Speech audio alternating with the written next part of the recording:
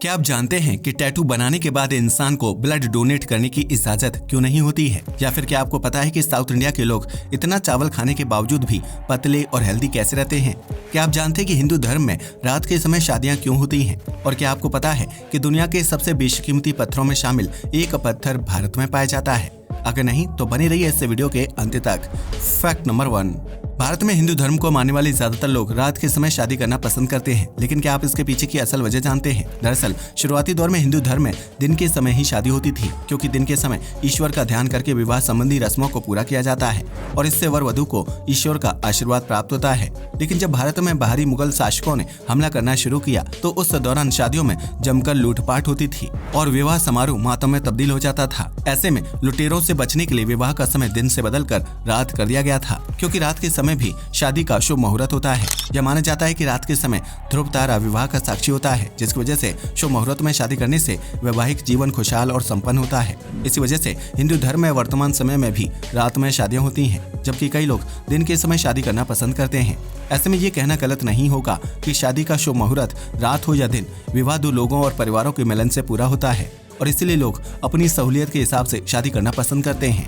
Fact number 2, यूँ तो दुनिया भर में कई प्रकार के कीमती पत्थर पाए जाते हैं, लेकिन आज हम आपको उत्तर प्रदेश के बांदा में पाए जाने वाले एक बहुत ही अद्भुत और बेशकीमती पत्थर के बारे में बताने जा रहे हैं। इस पत्थर पर प्राकृतिक रूप से चित्रकारी होती है, जिसकी वजह से इस पत्थर को खरीदने के लिए लोग हजारों रुपए खर्च करने से पीछे नहीं हटते हैं। हम जिस पत्थर की बात कर रहे हैं उसे शजर के नाम से जाना जाता है। यह पत्थर बांदा में बहने वाली केन नदी की तलहटी पर पाया जाता है, जिसका इस्तेमाल विभिन्न प्रकार के गहने, अंगूठी और साज सजावट का सामान बनाने के लिए किया जाता है। शजर पत्थर पर प्राकृतिक रूप से खूबसूरत डिजाइन बना होता है, जिसकी वजह से दुनिया भर में इस पत्थर की मांग काफी ज्यादा है। माना जाता है कि ब्रिटेन की महारानी विक्टोरिया को शजर पत्थर इतना पसंद आया था कि उन्होंने दिल्ली के दरबार में शजर पत्थर की प्रदर्शनी लगवाई थी और फिर वह उस पत्थर को लेकर अपने साथ ब्रिटेन ले गई थी। बताया जाता है कि केन नदी में शजर पत्थर प्राकृतिक रूप से बनता है, लेकिन इस पत्थर की जानकारी आज से लगभग 400 साल पहले अरब से आए कुछ व्यापारियों ने की थी। इस पत्थर पर इतनी खूबसूरत आकृति बनी होती है कि इसे राजघरानों के लोग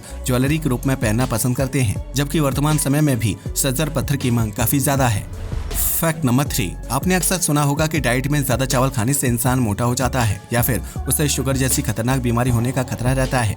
लेकिन बंगाल और उड़ीसा समेत साउथ इंडिया के सभी राज्यों में सबसे ज्यादा चावल का सेवन किया जाता है, लेकिन इसके बावजूद भी वहाँ के लोग मोटे नहीं होते हैं। दरअसल जिन राज्यों में चावल का सेवन अधिक किया जाता है, वहाँ चावल और उससे बनने वाली डिशेस को पकाने का तरीका बिल्कुल अलग होता है। अगर आप चावल को प्रेशर कुकर की जगह पर खुले बर्तन या पतीले में पकाएंगे तो चावल में मौजूद माड़ खत्म हो जाता है। ऐसे में बिना माड़ वाला चावल खाने से मोटापे और शुगर का खतरा कम हो जाता है, जबकि इन राज्यों में बिना पॉलिश वाले चावल का सेवन किया जाता है।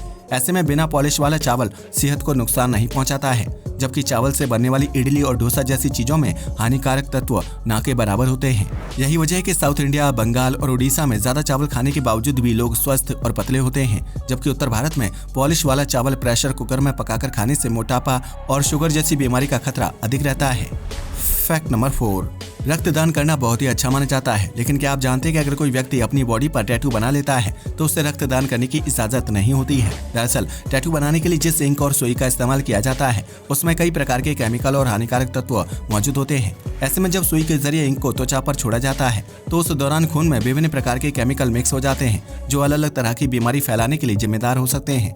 यही वजह है कि टैटू बनाने वाले व्यक्ति को टैटू बनाने के लगभग 6 महीने बाद तक रक्तदान करने की इजाजत नहीं होती है, क्योंकि उस दौरान उसके खून में हानिकारक तत्व मौजूद होते हैं और इससे कैंसर जैसी खतरनाक बीमारी हो सकती है। वहीं रक्तदान करने से पहले व्यक्ति का ब्लड टेस्ट किया जाता है, ताकि अगर किसी को खून चढ़ाया जाए तो मरीज को खतरनाक बीमारी होने का खतरा ना रहे।